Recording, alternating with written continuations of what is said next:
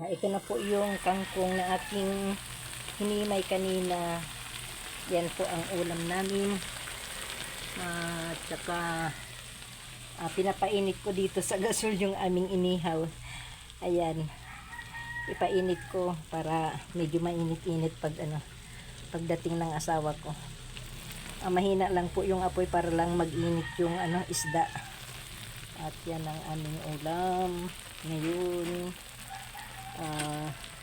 Matigas kasi yung matigas yung karne, so yung hipon ang hinalo ko para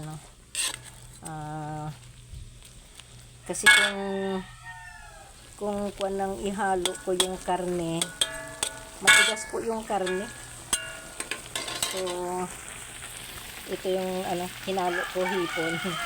Kasi nakabili ako ng hipon nung medyo mahal po, 400 po ang kilo. Pero kung hindi po nagmamahal yung pag hindi po mahal talaga, magkakuha ako ng 300 kasi suki na namin yung suki na namin yung pumupunta nagbebenta dito sa amin. So 500 ang benta niya kasi medyo malayo pa yung pinanggalingan nila kasi sa kuan nila yan hinuhuli sa pispan, so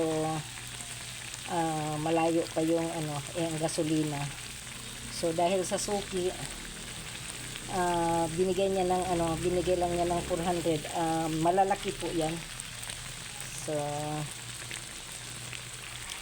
okay na po yan. Plus itong iniinit ko po yung inihaw para mainit pagdating ng asawa ko. Mahina lang talaga yung apoy niya. So ayan, anuin ko na naman mamaya yung niya kasi tumulo yung sabaw ng isda. So ito na po siya. Lagyan ko na siya ng hindi ko pa nalalagyan ng suka. So thank you for watching. God bless.